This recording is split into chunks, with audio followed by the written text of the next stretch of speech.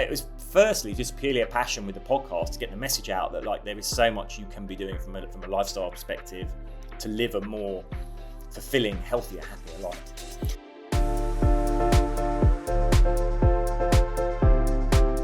Hello and welcome to Founder Stories, the podcast for small business owners.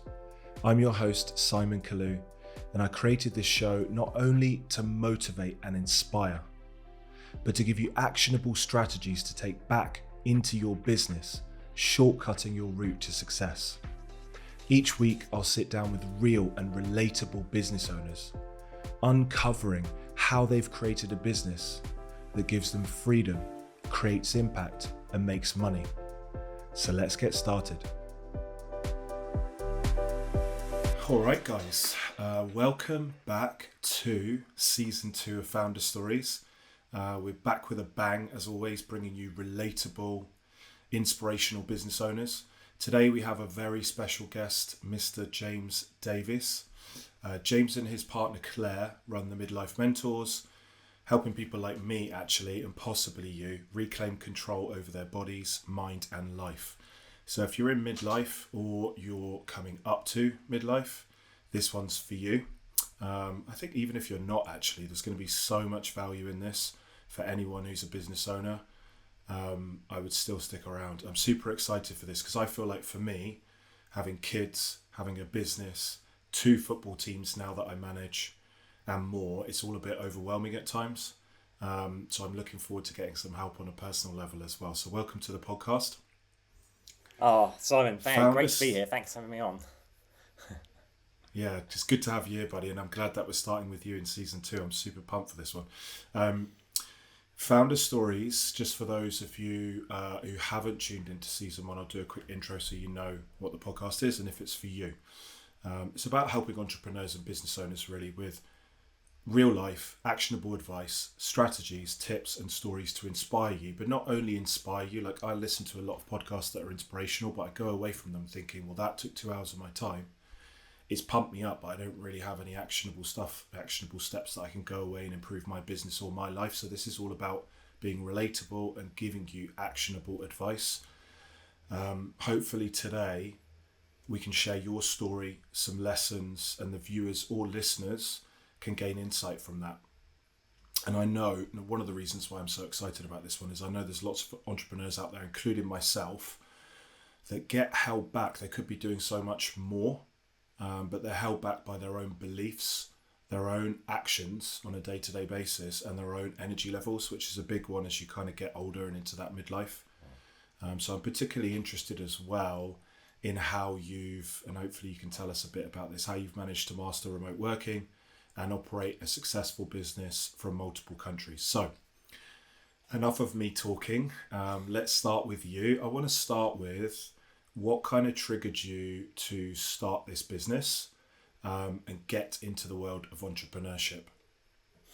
Well, I guess I'll rewind a bit because my first journey into entrepreneurship was actually 2011. So I trained as a psychologist, did that for a short while, but my passion was writing, so I became a journalist, then moved into the kind of digital media, and then went through a load of corporate jobs, basically all around digital media and emerging platforms, working for big names like The Times, The Sun, MTV.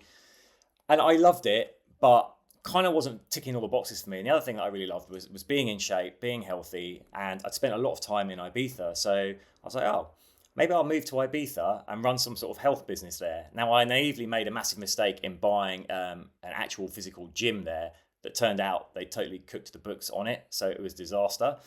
But it did give me the springboard. I kind of like, how do I pivot from this? So I went to a local 5-star hotel and said, look, I've got this concept. I want to totally reinvent transformational retreats. At the time, the model was kind of like, we'll take you away.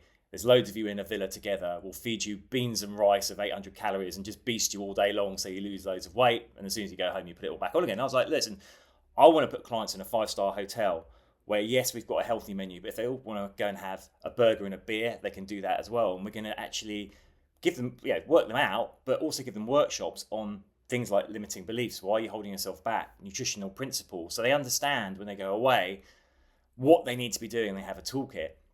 So that company was called 38 Degrees North. And it ran really successfully up until 2020 when this thing COVID happened.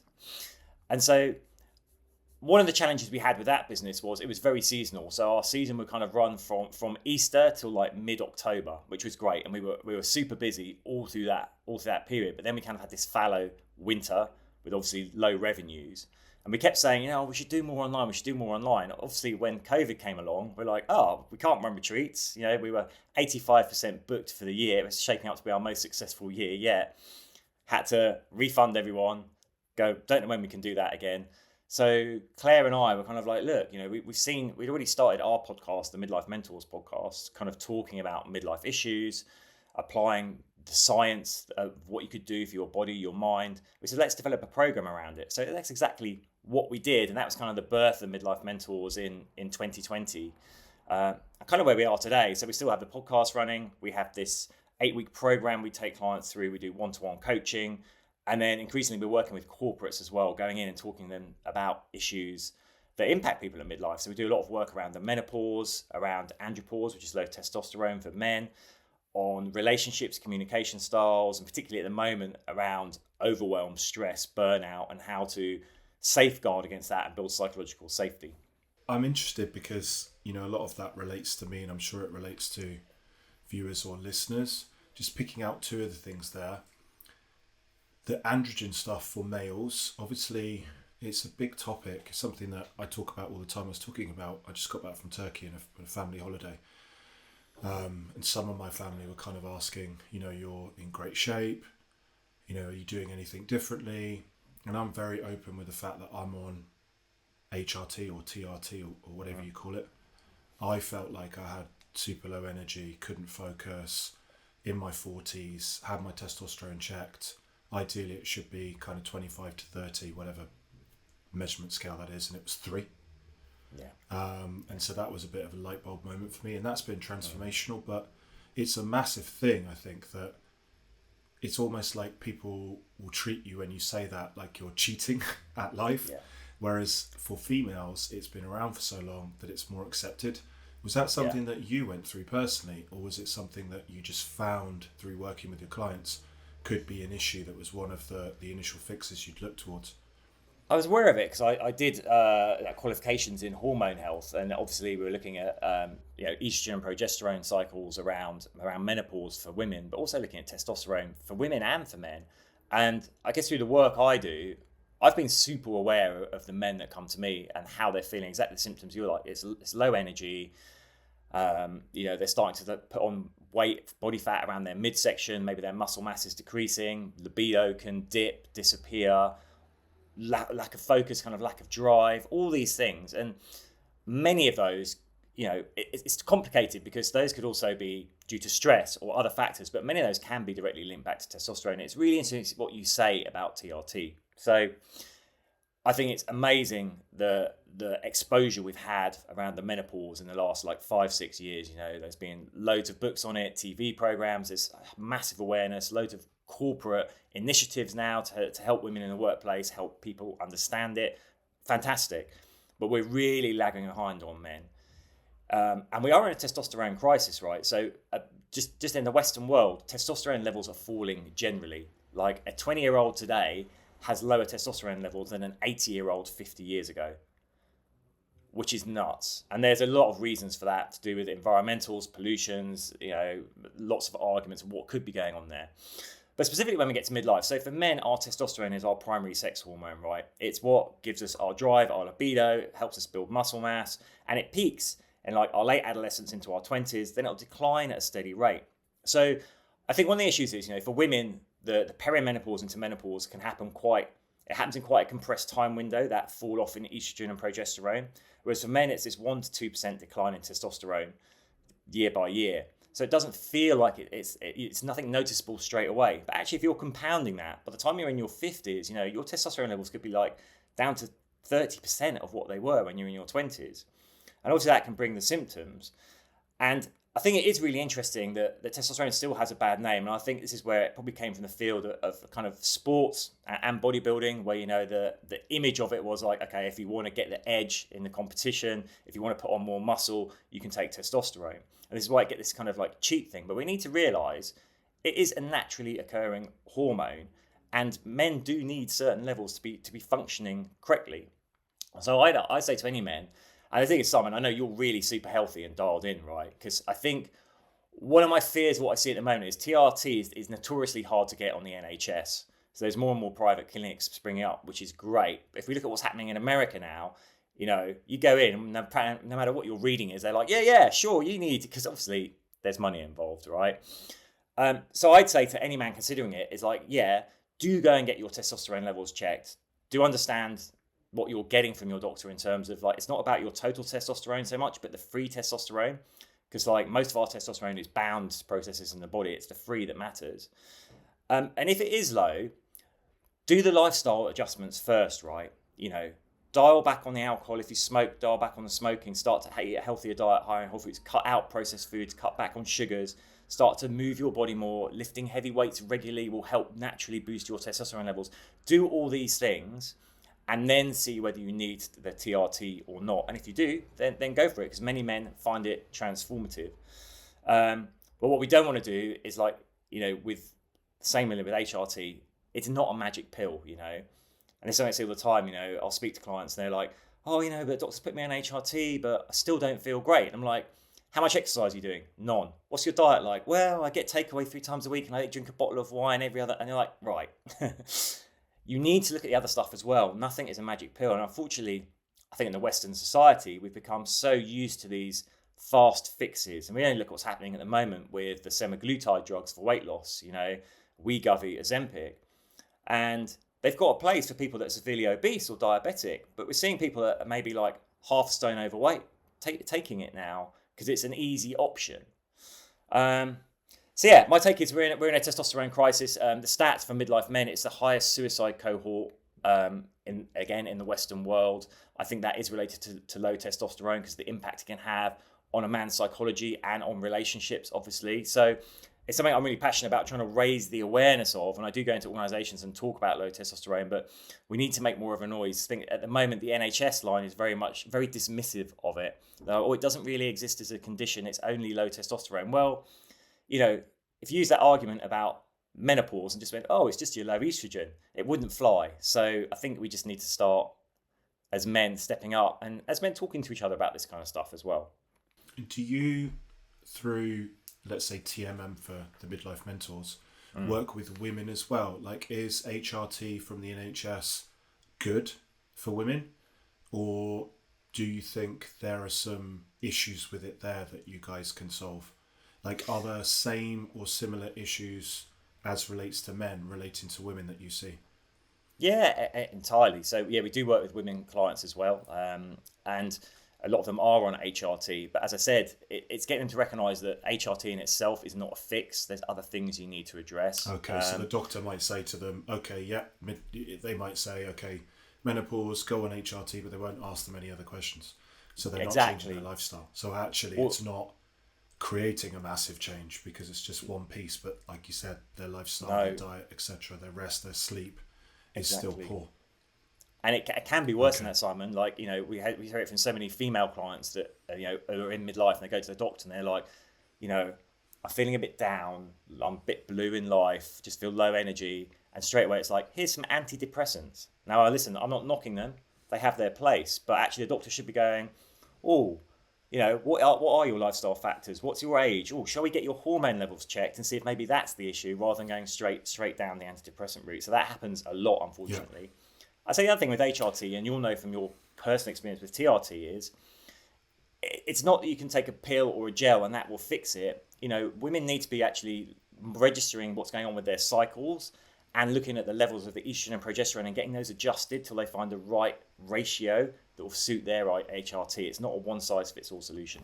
I think that's super useful, actually. I just wanted to pick on that because you mentioned it, and for me, it's a big thing. Definitely for entrepreneurs, whether male or female, as you get into that midlife, one of the things that can affect your success, your confidence, your commitment, your consistency, is your energy levels, and your energy levels tend to be impacted by things like that. Just leaping back a bit, when you started the business, obviously as the Midlife Mentors, did you, as a couple, I'm just interested in the inception story, did you sit down and think, an idea generate together? How did you decide that you could work together? How did you decide on the concept, the brand, the idea that you were going to package it up in an 8-week program primarily? And is that still what you provide, or is it more of a longer term membership? I know there's about 5 questions there, but if we start with how did you come up with the idea, and how did you, because I love my wife, but I couldn't work with her. Yeah. It would be a nightmare. So how did you work out that you could work together? And how did you come up with the concept and then turn that into an actual real business? Yeah, great question. I mean, it's one we get asked a lot, because I think it's still fairly uncommon to have a husband and wife working together in the same business. Look, I'll be honest, yeah, we started working together in the retreats business, and we had I'd say a really steep learning curve about our individual styles. But I think over time, because we do love and respect each other, we worked out what those styles were and how they could complement each other, who was better at certain roles, who was better at others, and kind of divided the workload around that.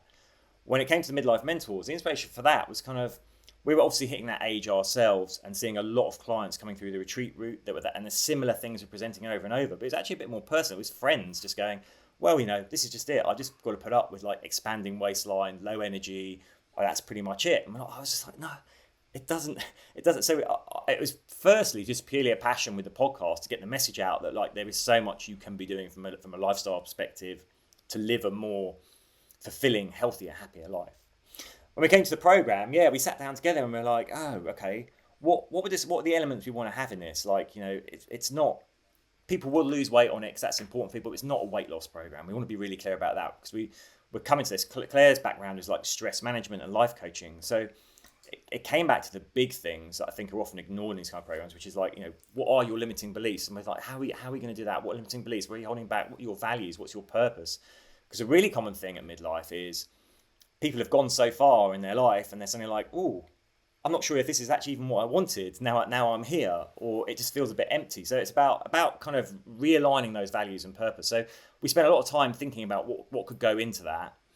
We ran a beta with a limited number of people, got their feedback, adjusted it. And then obviously as we've run it since 2020, we've continued to like adjust it and improve it. And yeah, we still offer it as an 8-week program. But interestingly, like we now offer like a 6-month membership with the 8 weeks, like an intensive.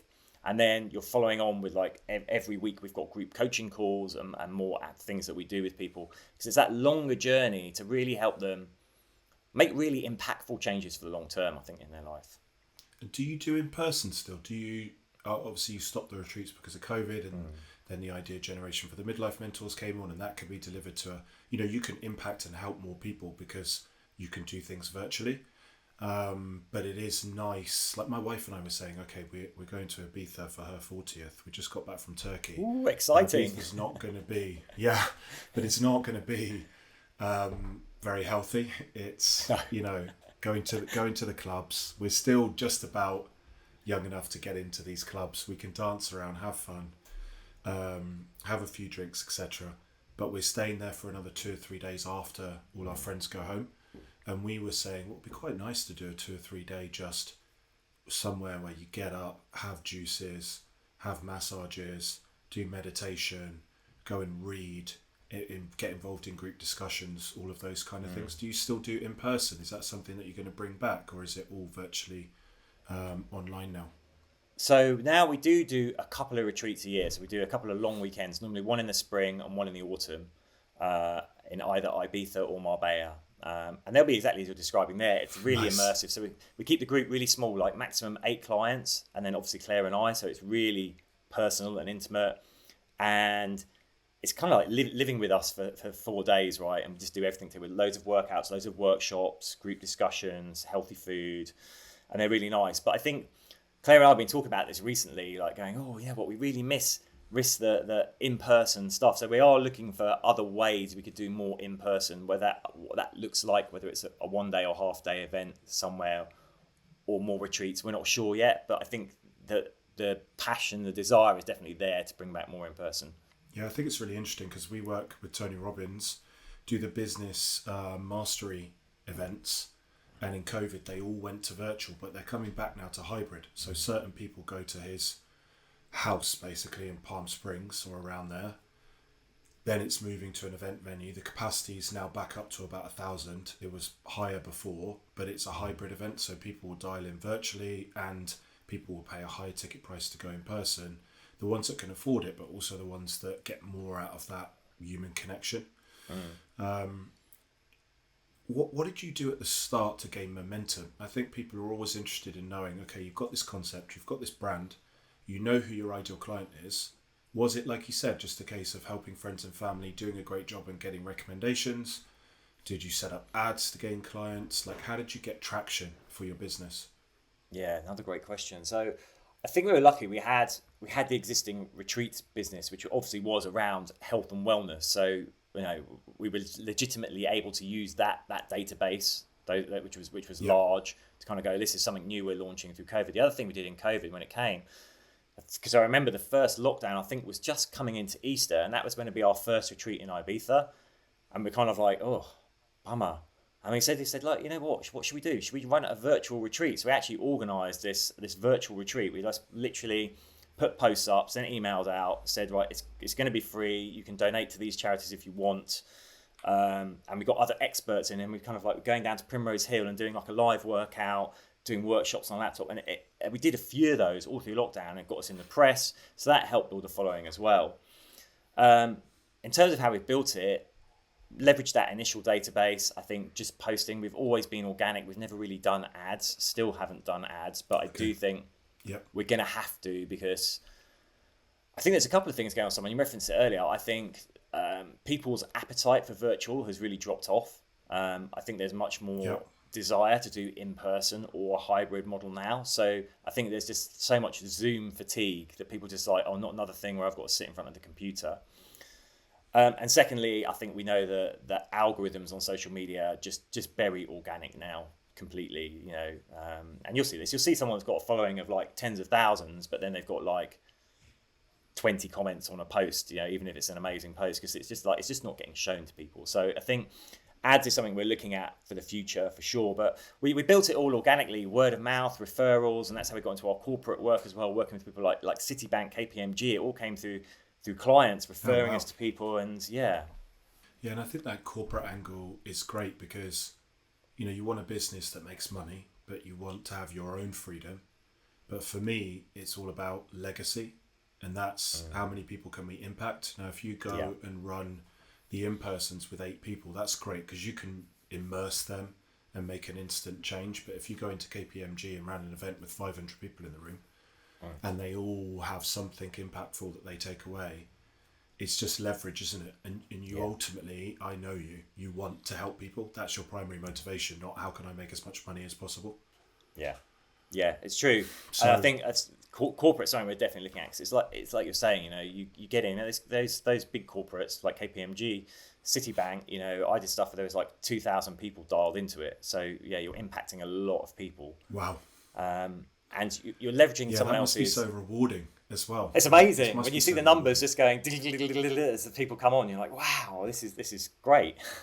I've never had anything like that. I think I had about 13 people turn up to my last webinar. But even then, I had this thing a few weeks ago, maybe a month ago, when I took the family. We went to Wembley for the Capital FM Ball.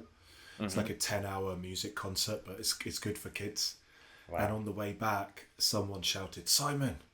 And I turned around and I realised that they'd realised. They shouted Simon, but I had no idea who they were. And he said, "Look, I follow you on Instagram. You've really helped me. I listen to your posts. It's helped me in this kind of way." And just even on an individual basis, if you can put content out and it helps someone, I was buzzing for the next 24 hours. It's just rewarding. I think if your primary motivation is to help people and have an impact, then the money follows, and then obviously you have your own processes in place to make sure that you maintain your freedom, which is an easy one to lose. Yes. Do you think 50% of businesses fail in the first year? How long have you been running your business? We launched in 2020, so we include retreats since 2012. We formed the company to do the retreats. So what's that? 12 so years. You've been an entrepreneur. 96% of businesses fail over 10 years, and you're 12 years in. Phew. So I think it's a really interesting question to try and understand and unpick what makes you part of the 4% and not the 96%. Do you think it's natural talent for you in terms of your entrepreneurship and the skills and tools that you have to run your business? Or have you done your own learning and self-development throughout the process? You're not born as a business owner. You don't know how to do legals, finance, all the other things that you have to do. You're just good at the bit that you do. So how have you managed to kind of...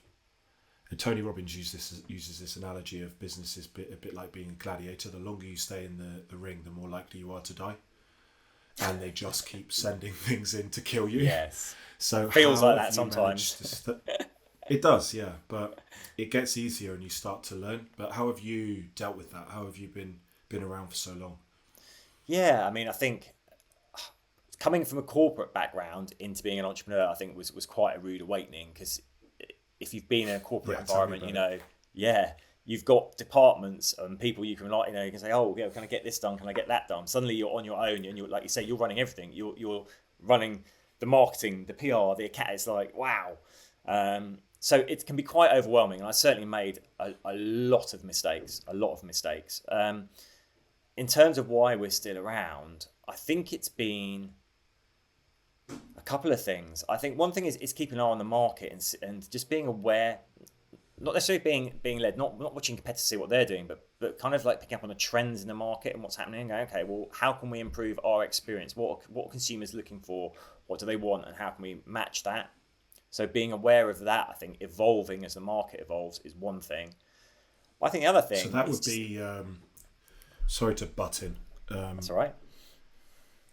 That would be a form of strategic innovation, right? Have you ever read the book Blue Ocean Strategy? Yes, yeah, I love that book. I think that's really important. And lots of people have not read that. So just the fact that you've read that book shows that you separate yourself from other people, which says you have to constantly, at least once a year, run that Blue Ocean Strategy process and look at, are you actually innovating? Are you differentiating yourself from your competition? And if you do that, then you're almost restarting your business every year, right? Yeah. I mean, listen, I think there's some products out there that never innovate because they're just classics. Like I saw one, the Bic Biro pen, like that was, I don't know, the first one came out in and it's never changed, right? Because they don't need to. Everyone knows what it is, it works. But I think if you're in a service-based industry, Fair point.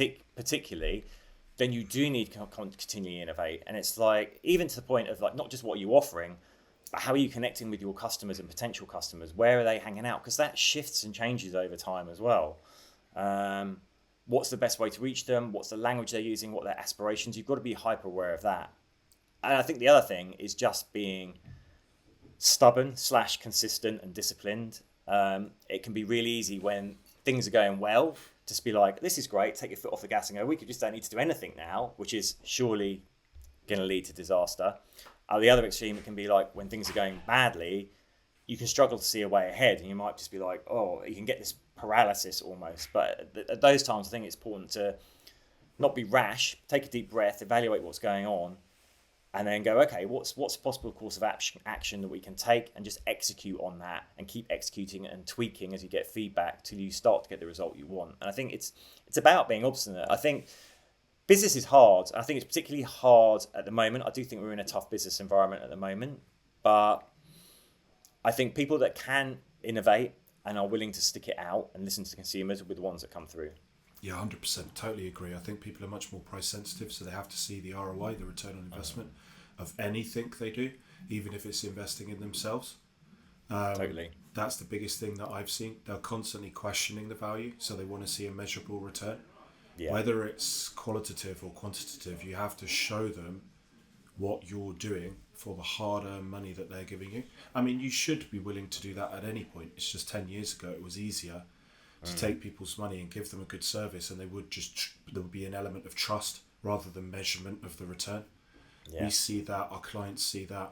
I think it's really what you spoke about is I know it sounds so simple, but if you're listening or you're watching this, please ask yourself whether you are being consistent or whether you're doing something for a month, like running a webinar or posting to Instagram or emailing or whatever.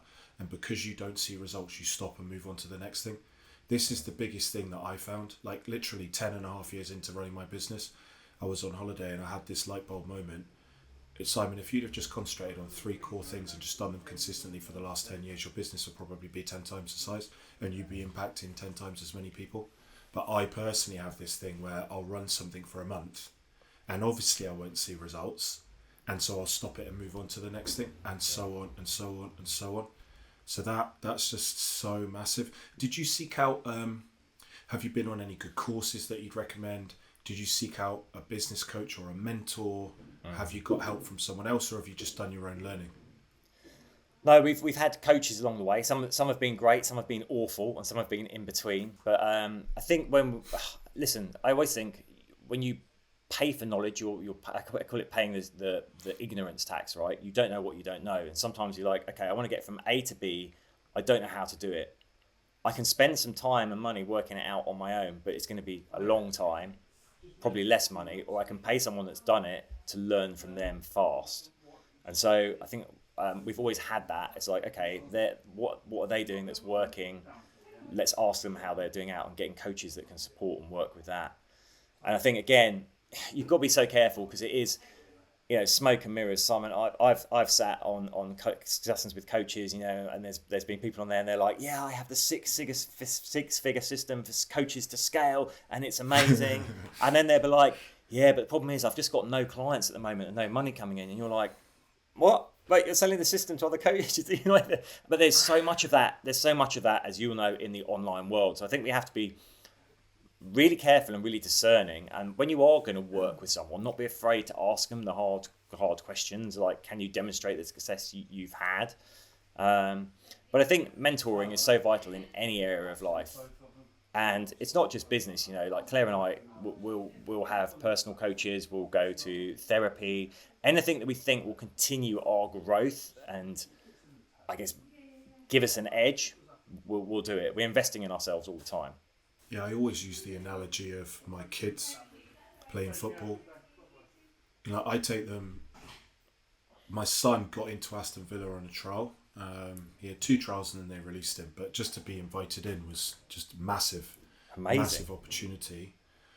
And they go to 5 different things a week. I mean, I am the coach on 2 of them, so I am their mentor. However, we pay for different one-to-one sessions because there are certain things that I can't teach them. I never played football at school, I played rugby.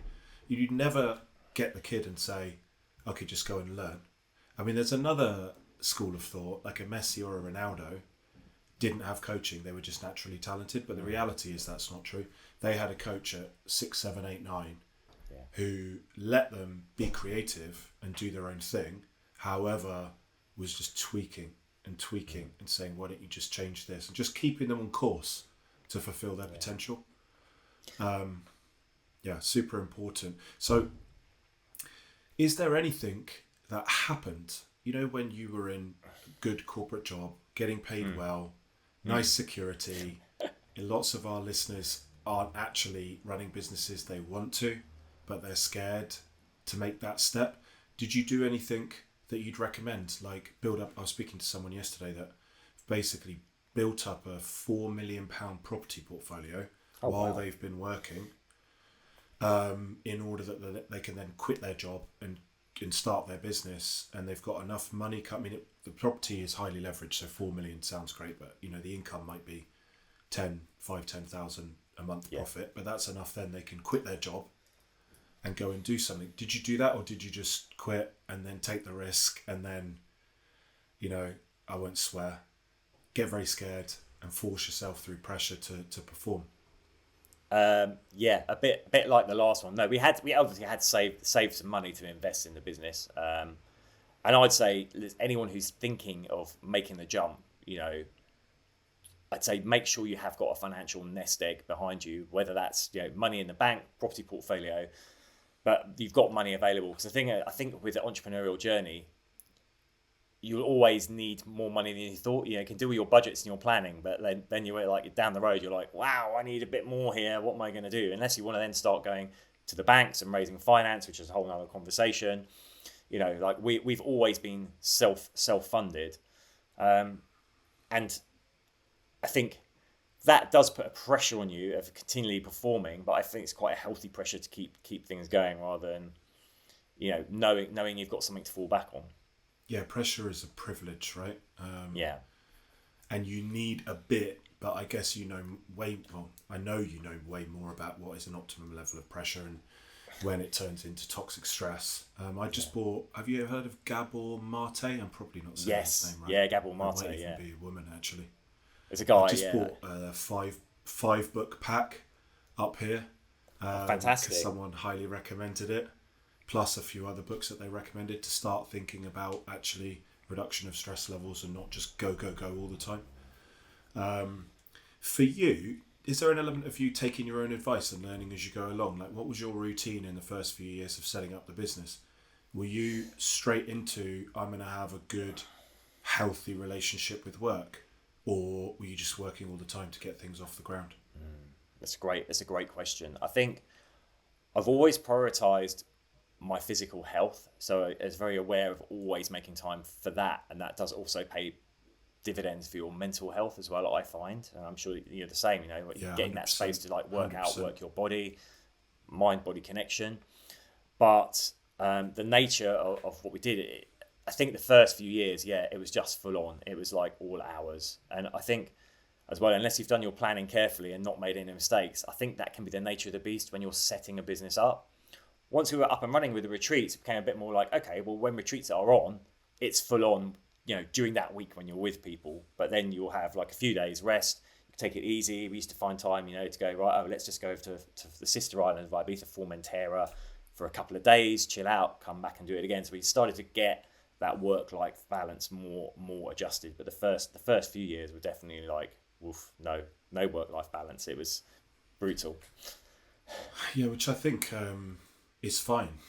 To a certain extent, you've got to accept that if you people sometimes quit their jobs thinking that they're going to work less than they are in their corporate job where they might be working 30, 40 hours a week, 50 hours a week. Just hardly ever the reality. And then I think it's about putting systems in place, hiring a team, creating leverage so you can slowly drive down your time and drive up your freedom. But one interesting thing that we do as well, I haven't done it for a while actually, but it seems like you were doing then, is preloading your year. So kind of booking out the retreats, but then almost blocking out your calendar for some deload time. Is Yeah. that something that you've tried to do? Kind of protect your time and block your calendar out almost a year in advance with breaks, holidays, and kind of space for yourself?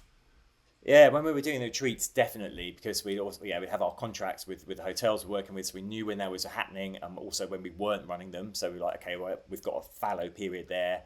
What should we do for R&R? I think now it's more on a rolling basis with the online business. But we'll kind of get to the point where it's like, okay, I can feel that we need a break. So, like for example, tomorrow we're going to the Suffolk countryside to stay in a shepherd's hut with no electricity for 2 nights, and just getting those decompressions in are really important. And this comes back to this thing of stress and overwhelm, right? We have this bell curve for stress. Down here at the bottom is when we're understimulated and we can feel like bored, lethargic. Nothing's going on. Then we start to get the stress building up, reach the top, and that's like we're optimum performance. Everything's switched on. We're getting the cortisol, the adrenaline firing, super focused. But if we carry on that, remember the stress response is designed, it's fight or flight, it's survival. It's not meant to be a prolonged thing. And this is where people go wrong. And they think if I just stay at this capacity all the time, I'll get more done. But once we go over, our performance starts to degrade and that degradation starts to accelerate. So we get to that back down here, which is the burnout.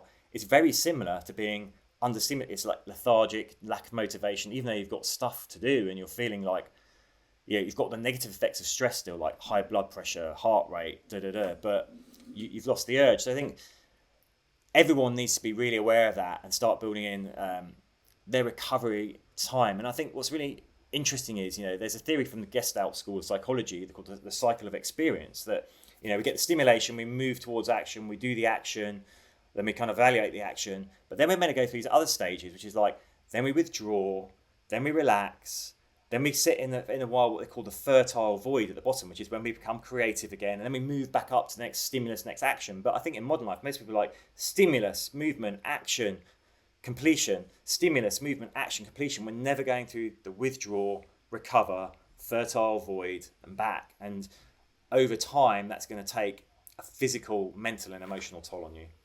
Is that when people try to stay at the top of that bell curve by using nicotine, caffeine, other drugs that might be available to concentrate because they want to stay in that zone of productivity?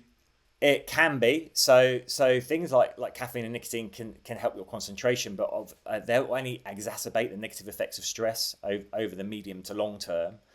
If you're talking about the other drugs like drink and alcohol, they're not really going to help you perform at that level. My personal view is, humans are addicted to dopamine, and sometimes when we're bored, so we're in the bottom here, or when we're really stressed, what we want to do is it's like a safety valve. We want to switch out.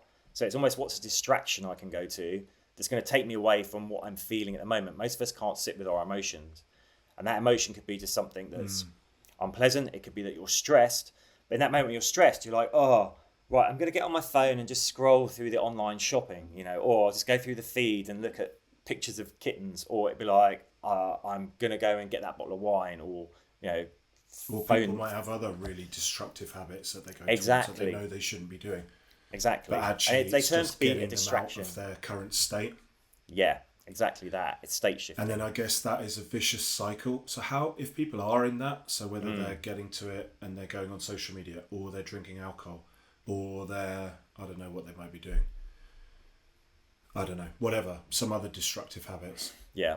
taking drugs, whatever it is. How do you get out of that? Because it must be so difficult. I mean, I know myself, it's really difficult to get out of drinking caffeine, or, I don't know, let's say drinking caffeine and leave it there for the podcast. How do you get out of that?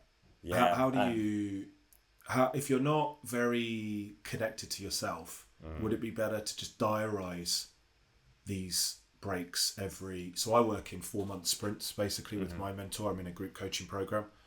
So I go to America 3 times a year, meet with other accountants in America, strategize, set the plan, review the results, have some accountability, do some learning.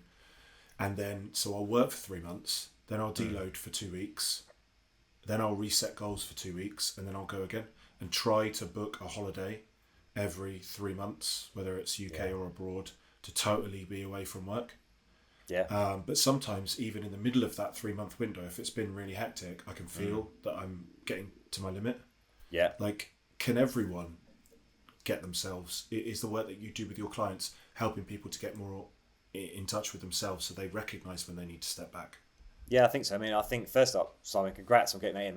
That sounds like a great cadence, and it sounds like it works for you broadly. So that's great. But I think everyone's going to have challenges, right? We'll always think, okay, this 3-month block's going to be fine, but then stuff can come up that adds to our stress, and it can be stuff we can predict, or just stuff that happens in life that suddenly is like, I think in terms of dealing with it, if you're getting to this point where you're like, I'm going to go for the distraction, it's bringing awareness to it, being aware, like, before you go into that behavior, going, okay, why am I going that behavior? What is the thing? I always feel science, like, what's the thing you're running from? What's the fear behind it? Because there will always be a fear behind it, and the fear might just be like, I can't cope with this stress. I need to escape it momentarily. I can't deal with these emotions. I need to escape it, or I fear that it can go deeper. You can have a fear of success. If I carry on like this, I can see I actually succeed, but I've actually got a fear of success because that could mean bad things will happen to me, so I'm going to self-sabotage it. There can be lots of reasons, but I think it's about understanding before you go to that behavior, why am I going to it? Ask yourself, what's the fear behind it? And have the courage to actually look at that fear and like, what do I want to work on that rather than going into the behavior? And then the other thing you can do is, I'm a big fan of like vice swapping. So, if you were going to, smash it on an evening of drugs, maybe, like, what could you do that might not be quite as harmful for you instead? Could you go for a weekend away where you're really active or something? Because all you're looking for, right, all the time is, as humans, we're looking for the dopamine hit. So anything that creates that dopamine, that'd be any new experience, right? So most drugs and alcohol work by every time when you have your first sip of a nice cold pint, or it's like, boom, dopamine hit. Oh, I feel great. Yeah. But we get the same thing from new experiences, like jumping off a cliff into a sparkling sea or whatever. So it's just finding like, what can I replace this with that could be more helpful to me, less derailing for me? Because I think we can all recognise some behaviours are more derailing than others. Yeah, and I think that's super helpful. I'm sure that everyone listening, if they're an entrepreneur, has reached a level of stress in their business where they do have something they go towards to get out of that is destructive. And so I think that's got to be super helpful. It's definitely helpful for me. You're married now. What changed? What changed from? Were you together and married when you quit your corporate job and started the business? Or did No, that come so after? I was actually married before someone. So I set up the business with my first wife, and actually, I'd say the Yeah. pressures of the business led to us splitting Okay. quite suddenly. And then my current wife, we knew each other, but it's a weird story. We kind of knew each other as friends, but we found out about 3 months after we'd separated that she separated from her husband as well at pretty much exactly the same time that I'd separated, completely unknown to me. And so I was like, "Oh, are you going to come to Ibiza?" And she did. And then we tried to date, and it was all a bit of a disaster for about a year because I think we were still trying to sort through a lot of our own trauma and baggage. And then we got together, and then things Yeah. just moved really really fast. We're like, okay, yeah, we want to do this. And did anything change with your business, or you had that period in between where you were it's just you, so you can focus on Yeah, your own business, you can focus on yeah, you can focus on your routine. What do you do now, I guess, to have balance while you're still growing your business but have time for each other? yeah. It's a great question. I think one of the challenges when you're working together, particularly when you're in the online space, you're working from home, so it's like you're in the same space for everything. So things we try and do is be quite strict about when we're switching off from work. Like this is the working day is over, or this is when we're taking a break, taking these regular breaks, and also taking time for ourselves as well. Like it's just that could be, oh, I just need a few hours off to and go and do something else, or Claire might, or even might be one of us might go for a few days away just to kind of like reset and recalibrate. But I think respecting each other's space and being mindful, like you don't want to let work seep into the relationship too much, and that's a constant battle. But setting clear boundaries around it and going, that's work done. We're not going to talk about it. Remembering to do things like go on regular date nights and all the rest of it. That all really helps. Yeah, I think that's helpful because I do it for a while with my wife, the regular date nights, we diarise that and all of that stuff. But it's very, very easy, especially with the kids that we've got at their ages 9 and 8, doing all their different activities and loads of stuff going on, to kind of let that go by the wayside. But the fact that I put it in the calendar reminds me. Yeah, So at some point, because I'm getting these reminders every week for connection time, every month to go on a day date, every 3 months to go on an overnight stay, once yeah, a year go away together as a couple, yeah, all of these things that you come back to it. It's not like you leave it forever. You come back to it because you've got these reminders. That's really helped me. yeah. Okay, cool. So let's talk a bit about now. What do you do to optimize your own mental and physical performance? What sports do you do? We haven't spoken about this before, actually. Obviously, I like to aimlessly lift weights and look at myself in the mirror.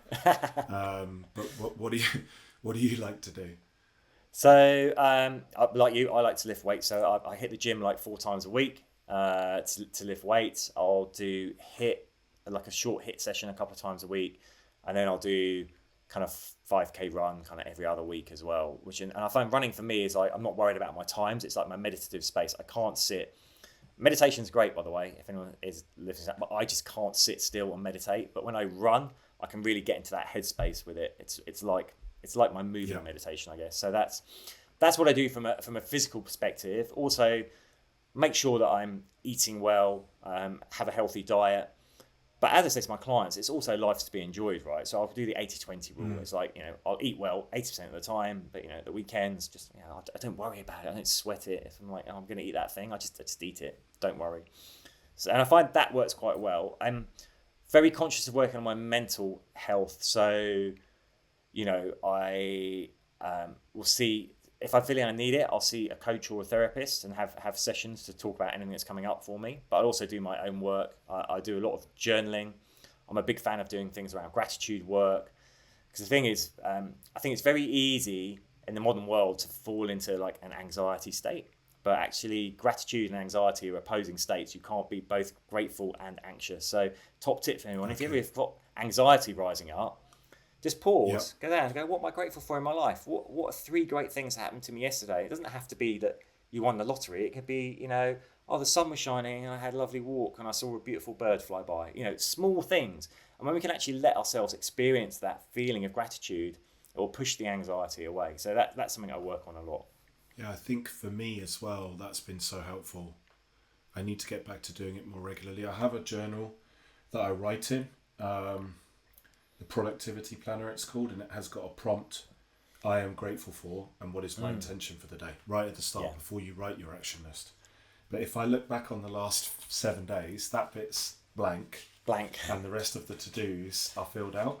Right. Um, Okay. I find with me, I don't know whether you think this is something that people do a lot who are successful entrepreneurs. I'll have a business that, let's say we turn over £2 million this year. Because I set a target that I wanted to turn over 2.5 and we turned over, say, 1.8 last year, I'm just making the numbers up, and I didn't hit my target, I'll be walking around beating myself up, feeling really depressed, feeling a lot of stress and anxiety. But when I look at actually what's the reality of it, I'm earning more than enough to pay my mortgage, go on holiday 4 times a year, put my kids into private school, drive nice cars, and have some money in the bank. So, like, why am I putting all this pressure on myself? But I haven't found a mechanism yet to stop that. Because, like we said, you have to put a bit of pressure on yourself. Because I've also been in the situation where I felt, oh, I'm doing great now. I hit £1 million in my business. I bought golf clubs.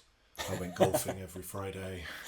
I just took my foot off the gas. Yeah. And that really caused a lot of problems. So Yeah. it's how do you recommend for people that they find a balance where they are pushing forward, but they're not beating themselves up for not hitting these notional targets?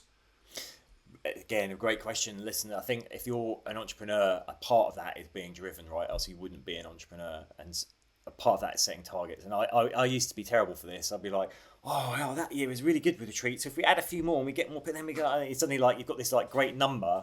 And then you're like Yeah. staring at it like every month going, oh, come on, I've got to get more. And I realised I was kind of falling into this trap. I was like, actually, do you know what? my life's pretty good. We're living a pretty good life with this. Like, why am I beating myself up? And I think it is a symptom of modern society that we're very much driven. We kind of conflate happiness with achievement. So we're very much when I get this thing or when this thing happens, then I'll be happy. But when we do that, all Yeah. we're doing is delaying the happiness and making sure we're never happy. Because even when we get to that thing, right? You hit your 2.5 million, you're kind of like, yay, I'm happy. But straight away, you're thinking, oh, I wonder if I could do 3 million. So that happiness is gone. So I think it's finding a balance going, like, first of all, like, this is what my big learning was, is my target realistic? It's good to have really ballsy targets, but maybe just check in with, like, am I going to destroy myself trying to get there? What's a reasonable target that is a stretch that I'm going to work hard for to get me there? But what else have I got going on? What are my non-financial targets? What are my non-business targets? What are my goals in life that light me up? Like where do I want to go on holiday? What are the things what are the experiences I want to have? Because then you're taking your goal setting from being purely about business and numbers to around other things around the quality of life as a whole. I think that's massive, that point, actually. When you goal set, and I don't do this, but I'm going to reset my goals with a reference to what's going on.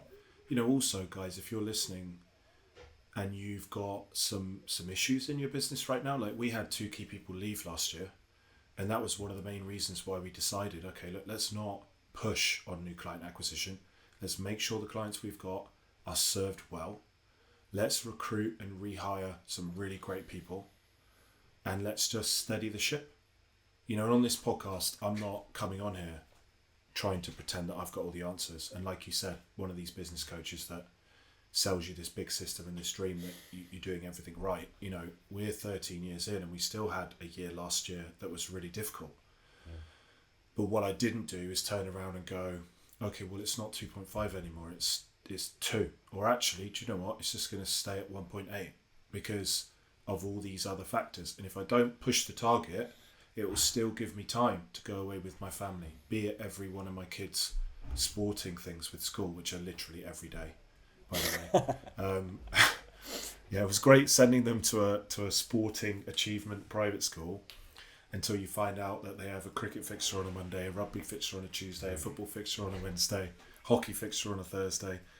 So you can basically work from 9 till kind of 2, and then you're going to watch them play football. But that's the beauty of life, to be there for those moments. So I think what you said about that, just referencing, is the goal realistic, and also what are some of my non-business goals, and do they actually conflict with this notional number goal that I'm setting?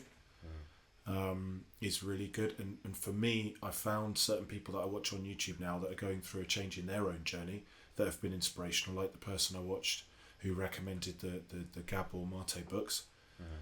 Talking about, actually, I also read 4,000 Weeks. Not sure if you've read that book. Funnily enough, someone just recommended that to Claire, so we just ordered it, actually. Yeah, it's brilliant. Really good. And it just talks about the finite nature of life, and you're spending all your time sat in front of a computer screen trying to make more money. But actually, when you start to think about life as a bit more of a finite thing, you start to pencil in and plan in experiences and adventures and family time and all the things that kind of matter. We all know that the reality of business is not a license to print money. I imagine that you are spending a lot of what you make reinvesting in systems, processes, your own learning, just so you can constantly, like you said, deliver a better service to clients, understand your clients and those things. So how important has it been for you to keep an eye on numbers, margins, cash flow? I'd imagine that's been something that you've been onto in order to survive this long. Yeah, really, really, really important. And again, it's a steep learning curve. I've been fortunate because my last few corporate jobs were senior, where I had budgetary responsibility, into the millions. So I had to be running budgets and tracking them and presenting at board level. So I was down with the spreadsheets. I still hate spreadsheets, but I was down with spreadsheets. So I could when I was doing my own business, I could be like, right, going to make the spreadsheet, going to track everything. And I think it's so important. Otherwise, you don't know where you are from day to day. And you can see, I sit down every month and go through my bank statements and fill out a spreadsheet of everything that's gone out. I'm seeing okay, where's the money going? Because it helps give you that picture of what's going on in the business as a whole. And I think it's so important. And again, I don't know, but I have seen entrepreneurs that just kind of fly by the seat of their pants. And I think you can get by so far, but if you haven't got the systems in place, if you're not tracking stuff, then you're probably likely to become a cropper at some point. Yeah, I mean, I see basically people in 3 camps. One is they either stockpile money because they don't have any financial systems in place. All they do is look at their bank statement. So the way that they reduce risk is just by holding really large levels of cash. Mm-hmm. The other one's constantly spending money with no reference to whether they can afford things or not. So they're constantly running around chasing their tails. And the others have some sort of system, whether it's just multiple bank accounts and you only spend money when there's money in those bank accounts, like the holidays bank account for personal stuff. You only spend money if there's money in the account. That's called the profit first system. Or you have an online accounting software like Xero linked to a cash flow tool like Float, and you run a live cash flow forecast, which every week ideally you go in and say, oh, okay, I've now got 30 people sign up for my retreat, or I've got 57 people on the long-term mastermind, or whatever it is. Automatically updates your income. You check all your costs are still relevant because it's automatically populating them. Or you might put in, do you know what, we've got a reinvestment in this software here or these systems or whatever, and it plots your cash flow for you online. And if you do that, that's obviously the optimal way, because then you can make spending decisions and be efficient with your cash. But people tend to be in the other 2 camps, which is either chasing their tail or I met someone who kind of they live in Dubai. They worked with us because they wanted to actually start to get a handle on their numbers and understand their numbers. They had almost £1 million in the bank. Oh, wow. Because they were just too scared to spend the money because you're in Dubai and you don't have to pay taxes. You don't really need to have an accounting system. So they had no accounting system. They just had the bank statements. They had no real understanding of what their profit margins were, whether they were making money or whatever, what was coming down the road. So they were just stockpiling cash, which is incredible to me, but we've set all those things up for them now. So we spoke about this. I'm just looking through my notes to make sure we covered some of my key questions. How do you attract new clients? Do a good job, I think. You had the initial list that you've been working with. That builds all the time, obviously. Do you build your list because do you offer a free training, Or are there any ways that people, if someone wanted to learn more about the midlife mentors, some of the things we've spoken about kind of triggered them, what's a way that they could get some help or find out more? Where should they go? Yeah, so our website's always a good stop off as a first port of call, themidlifementors.com. And on there, you'll find like a number of free resources. So we've got a midlife audit you can take, which kind of tell you, if you're understanding really what's going on in terms of things like your hormones, your movement, your nutrition, even your beliefs, your values. So that's a really useful tool just to kind of see where there might be gaps that you can work on. We've got like a little ebook you can download. And then the other thing is our podcast, the Midlife Mentors podcast, which is we talk about all the things we've referenced today. So they're really good jumping in points, I think for people. And of course, if you want to get in touch, then just reach out to me, James, at themidlifementors.com. I think that's great. The audit, I think, is such a powerful tool. I really want to set that up for us as well, because people might not need our help. They might tick all the boxes, and do you know what? They might be a 9 out of 10. And you're like, okay, I've given you reinforcement. Your diet's on point, your sleep's on point, your hormone levels are getting checked every month. You're meditating, you're doing a journal, you're grateful, you rank your happiness at 9.5 out of 10. I mean, I'm sure this never happens. I'm sure there's an area. But it's a way that people for free can actually identify, in your perspective, from a personal perspective, whether there are areas that they're weak on and certain things are strong. I always talk about, from a business perspective, thinking about a business like spokes of a wheel on a bicycle. So you want, really, you'd be better off having all sixes in all of your key areas: marketing, legal, finance.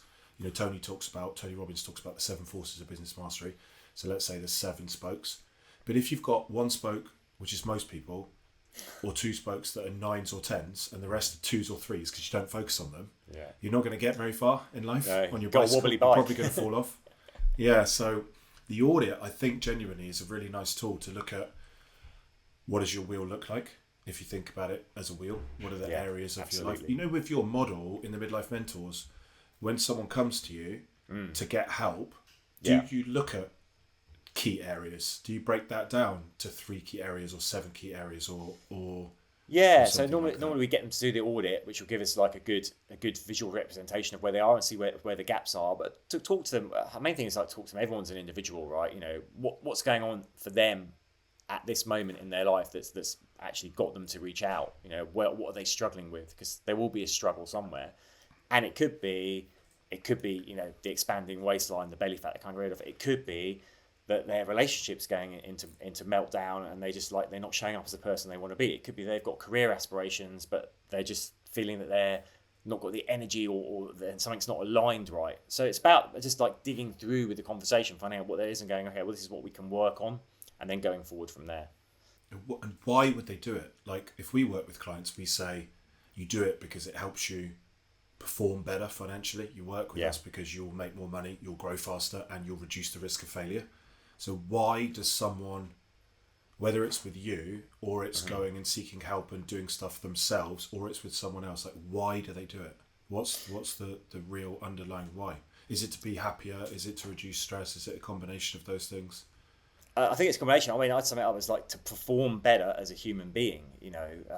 We've all got the capability to do better as human beings, to optimize our performance, and that might look slightly different for every individual person. But there'll be some of those elements, like the wheel. There'll be different elements that that you're falling short on, or maybe not. Don't even realize you are. But when you bring awareness to it, you're like, well, actually, I can step up there. So it's about being willing to take responsibility for yourself and going, how can I actually show up as a better person in the world? I'd say that sums it up. And then from that becomes being happier, healthier, less stress, better job performance, better relationships, all the rest of it.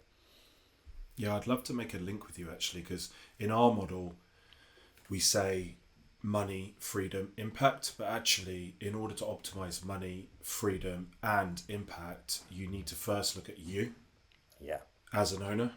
And then not just you, but the other individuals in your organisation. As humans, are they... My kids always say that I say humans wrong, and they laugh at me. So maybe my pronunciation of humans is not correct. As Sounds humans, good. Yeah. are you where you could be Are you fulfilling your potential? Are you as happy as you could be? You just don't know, do you? No, You could be no. just going through your day to day, and you're like, yeah, this is normal. How I feel like shit some days is just, it is what it is. But actually, maybe it doesn't have to be.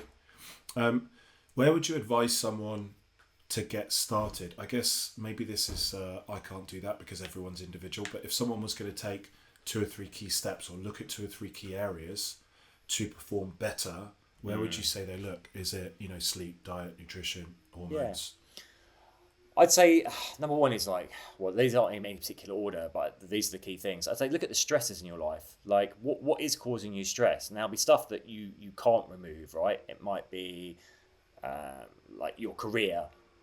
So it's like, how can you choose to react differently to it? What's a different scenario you could create within that to actually try and reduce that stress? Then there'll be stresses you can reduce, like how much time you're spending on social media and you're looking at stuff that actually makes you angry. Clean your feed, get rid of it, curate it. Stress is bad for us, full stop. So we want to try and reduce the stresses.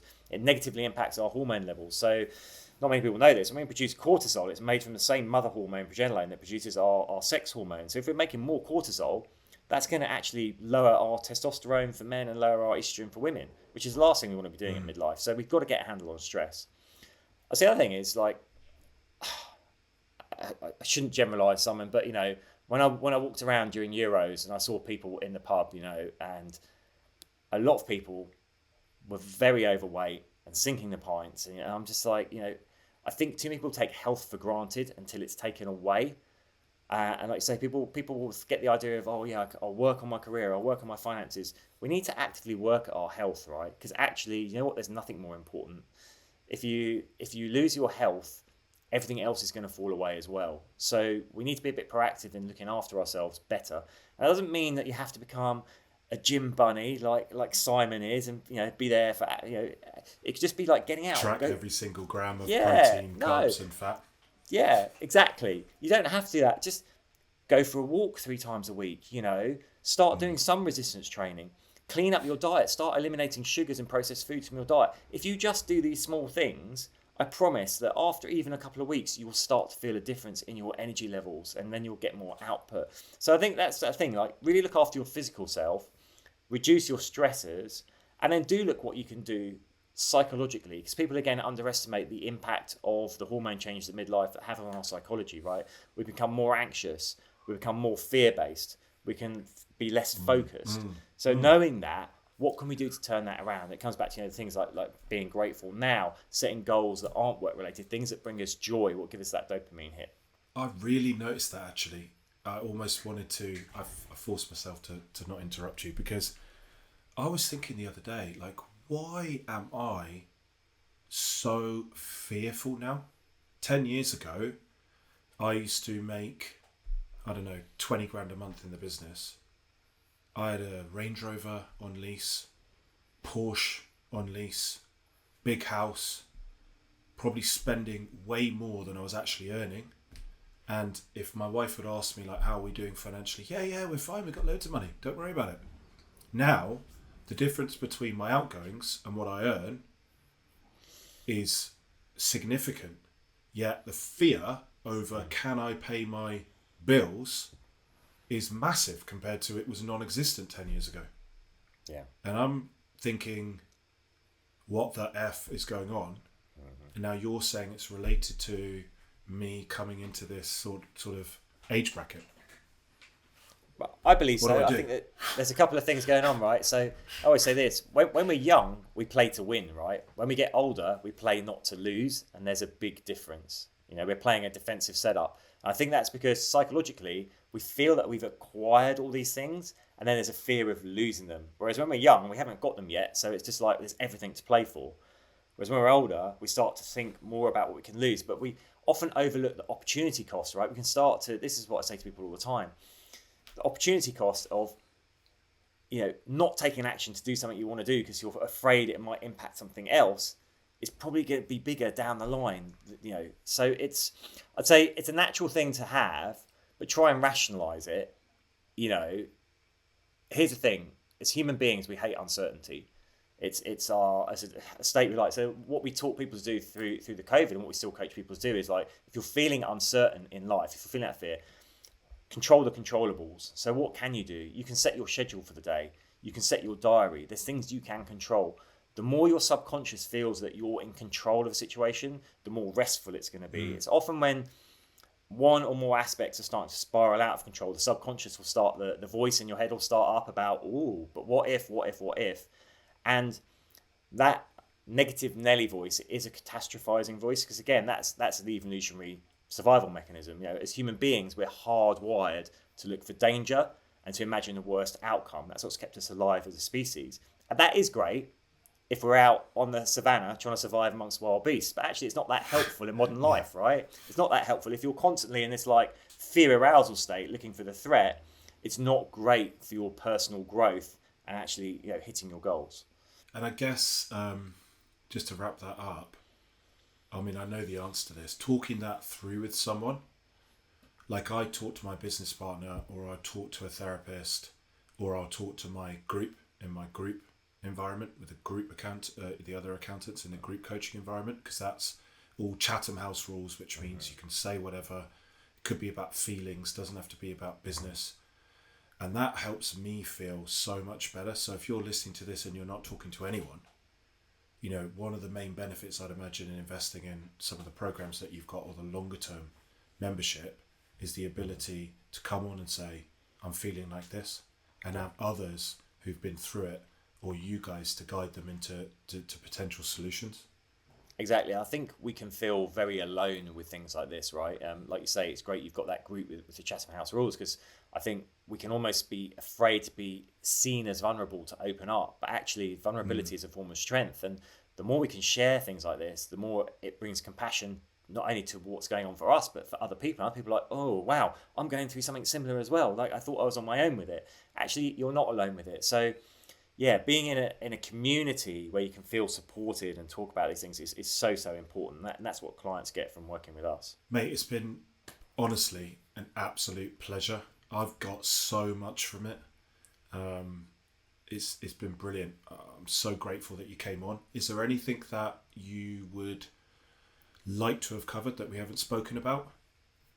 I don't think so, Simon. It's been really, really fantastic speaking to you. I've really, really enjoyed it. I've covered a lot of stuff there, and it's been, yeah, great. I hope the listeners find it useful, and yeah, just thank you for having me on.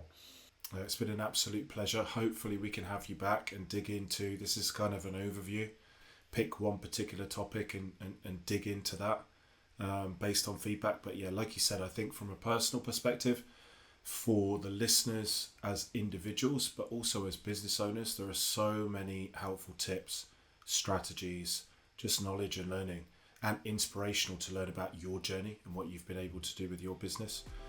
So thanks for coming on. Thanks for listening, guys, and we'll see you in the next episode.